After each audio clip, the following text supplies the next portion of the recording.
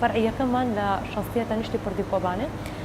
لا بشي فروشتنم أو تنام عملي شيريني تيايا نزيكي ده صالة بيت إيرا دروستكراوة فرعي دومان إيرا لاي باركي أزاديا أو ما ويستي بو 4 صالة نان مان هيا لقلب شكاني شيريني وبيتي فور وكيكو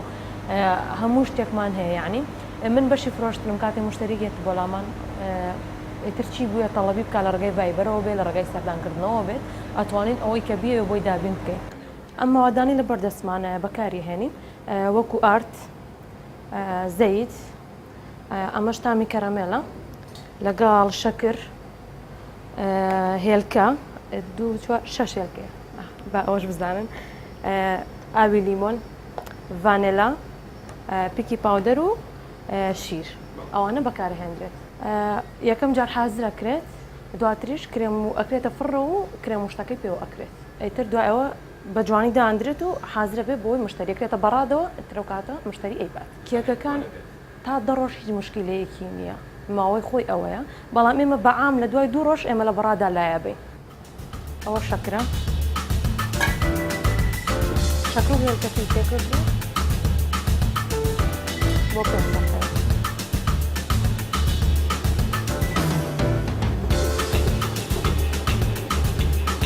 ئێستا شیرەکەی تێکا لەگەڵ زەیتا و دواتریش کاکاو 1 کیلۆ ئاو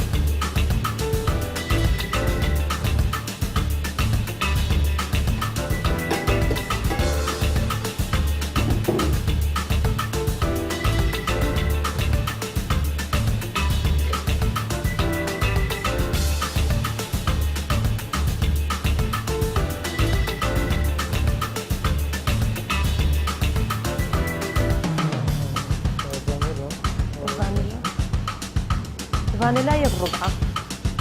ربع فانيلا لقل تامي كراميل بلا كنت قاعدة نشوف كاتاوي كيف خاوي ايش هالربع يك ليموش يعني بس اوي ليموكا مش تكوري قلت بلا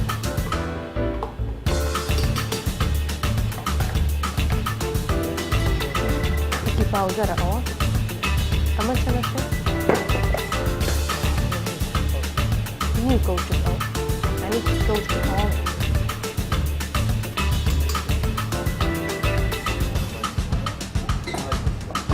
أو يستهويرة كمان حاضرة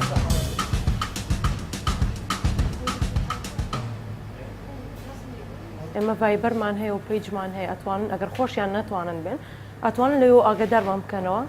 بۆ تەڵەبێکە خۆیان داوایەکەن بە باشترین شێوە توانین بۆیان بنێرین و دیلیڤەریشمان هەیە بەعام کێکەکانی ئێمە 2 جۆرمان هەیە کێکی کرێممان هەیە لەگەڵ عەجینەی سوکر تەڵەبی زیاتر لەسەر عەجینەی سوکرە بۆ عید و میلاد و یادەکان و عید و زەواجەکان ئەوانە یعنی بە هەموو شکلەکەیان مەسەلەن ئەمە بە هەموو شکلێک ئەوەی داوای بکە ئێمە ئەتوانین دروستی بکەین باشترین شێوە ئەوانەی کە عید و زەواج بەیان بۆ زەواج ببرێ یعنی حەزەکەن شتەکەیان زۆر کەشخە و شاز دەربچێت ئەوە هەیە بە تابق ئەیکەین یعنی 3-4 تەبقە لەسەر یەکە گەورەیە هەیە عید و میلادیش هەر نەفسی شت ئەیکات بەڵام بە قیاسێکی جیا بس زیاتر یعنی ڕەنگەکانیان ئەگەر فەرقی هەبێت ئەگینا نەفسی شتە ئێمە کاتێ مشتریە تەلامان تابلێتمان هەیە ئەتوانێت لەسەر ئەوە سێری بکە ئەگەر خۆی نمونەی نەبێ ئەگەر نمونەی هەبێ داوایەکات ئەگەر نمونەی نەبێ لەسەر و تابلێتە هەڵیە بژێرە بۆ ڕەنگی کچ زیاتر پەمەیی دروست دەکرێ یان سوور ئەو ڕەنگانی کە کچ حەزیلەیەتی بەس بۆ ڕەنگی کوڕ بەعام شین ڕاش و سپی ئەگەر گەورە بێت تەمەنی ئەو ڕەنگانەیە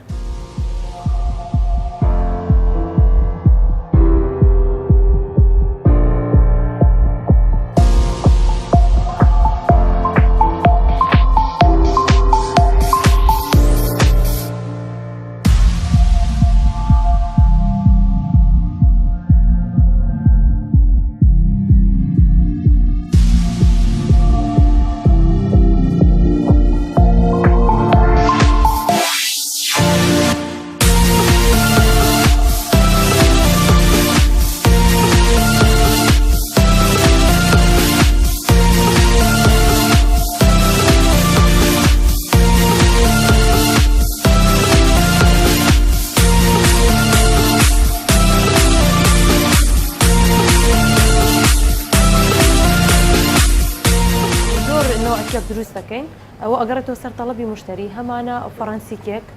ئۆپرامان هەیە لەگەڵ ئینگلیش کێک چەند جۆرێکی ترمان هەیە کە بەکارێ لە ڕۆی سعرەوە هەر 5,000 دینارێک یعنی لە کێکەکانی تر فەرقیان هەیە ئێستا شەف کێکێکمان بۆ دروستەکە قیاسی سمۆڵە بە خوتبەی خۆی دروستیەکات ئەمانە شتەکانی بەردەسمە 6 هێلکەیە لەگەڵ ئاردو شەکر و لیمۆ و شیر و سۆدە و کاکاو لەگەڵ ئەمەش تامی کەرامێلە فەرمو خۆتان بیبینن.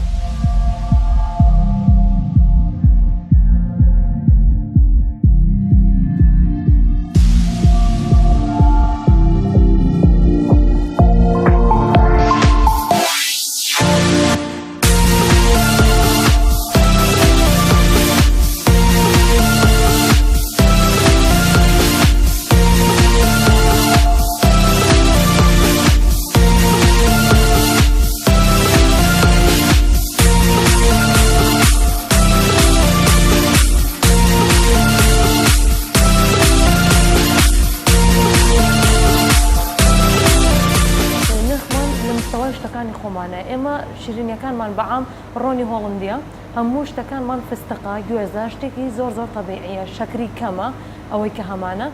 هەموو نوعێکی چۆرەکمان هەیە هەمانە سەیادەی شەکر هەیە یعنی ئەوە زۆر باشە بۆ کەسانی کە نەخۆشی شەکرەیان هەیە یان ڕێگریەکیان هەیە لە شیرینی خواردنە مشکیلیان نییە لەوەیە بۆیە سعرمان زۆر زۆر باشە لە چاو هەنێ شوێنە ئێمە بە دۆلار نییە یعنی هەرە سعری زۆر زۆر بەرزی ئێمە ئەگەر هەبێ 25,000 لە شیرینیەکانمانە ئەویش کامل فستق و ڕۆنی هۆڵندی شەکر ماسە یعنی زۆر زۆر بەکەمی بەکاریە هێنین فستقیش یعنی صافی فستقی هاڕاوەتیایە لەگەڵ ڕۆنی هۆڵندیا کە یعنی تەڵەبێکی زۆر زۆری لەسەر ئەوە بۆ ئێمە.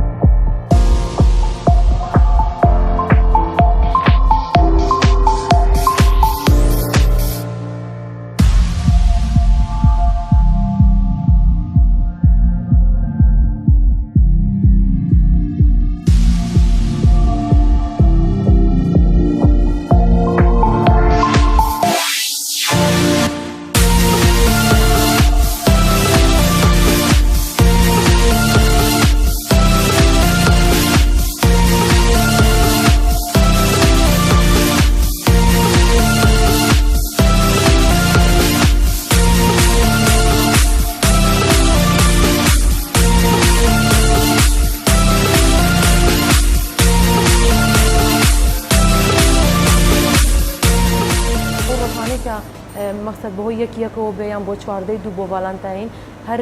نەک ئەوەی کە مشتری خۆی تەڵەبیەکە ئێمە لەو ڕۆژەیە یعنی زۆربەی زۆری کێکەکانمانەچێتەوە سەر ئەو ڕۆژە مەقسەد بۆ ڤالانتاین زۆربەی کێکەکانمان سوورە یان دڵیە یعنی بە دڵی ئەو مشتریانە بۆی دڵیان ڕابگرین چونکە بەجددی لەو ڕۆژەیە ئیتر هەموو خەڵک حەزی لە ڕەنگی سوورە بۆ ڕۆژی عید و زەواج و زەواجیش شتی احتیاجیمان هەیە لە بەڕادە بەڵام مشتری هەیە تەڵەبەکەت بەعام شت زۆر زۆر ئێڕوا لای ئێمە بەس زیاتر بۆ ئێمە کێکە ئێمە نانیشمان هەیە نانی سووری جۆرێکە لە نانی شاورمە ئێمە بەکاری هێنین بۆ زەڵاتەی فەتوشیش بەکارهێنرێ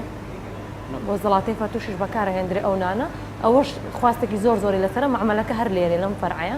شیرینیش تەڵەبی زۆر زۆرە لەسەری.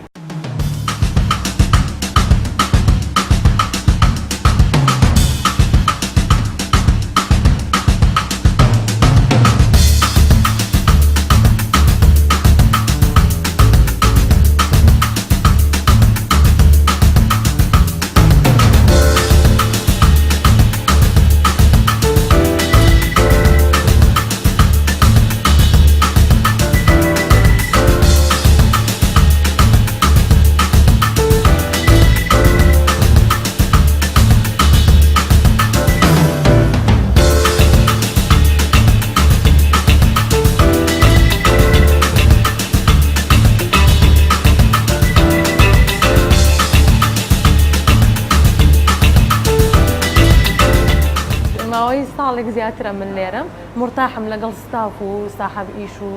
ئیشکردن و مشتری بەتایبەت لەگەڵ مشتریەکانمان زۆر ڕاهاتوم ئیتر یعنی ڕۆژێگەر نیم بۆ دەوام هەستەکەم زۆر ناخۆشە ڕۆژانی عوتڵی خۆشم سەردانی دوکانەکەمەوە چەند ساڵێکە ئیشەکەم توانیمە لەسەر پێی خۆم بوەستم ئەو ئافرەتانش کە لە ماڵەوەن هەوڵ بم بێنە دەرەوە تاکە یعنی دابنیشن ئیشکردن بۆیان زۆر باشترە تێکەڵبوونی خەڵکە پەیوەندی کۆمەڵایەتیە دروست ئەبی کاتێ ئیشت کردە دەرەوە.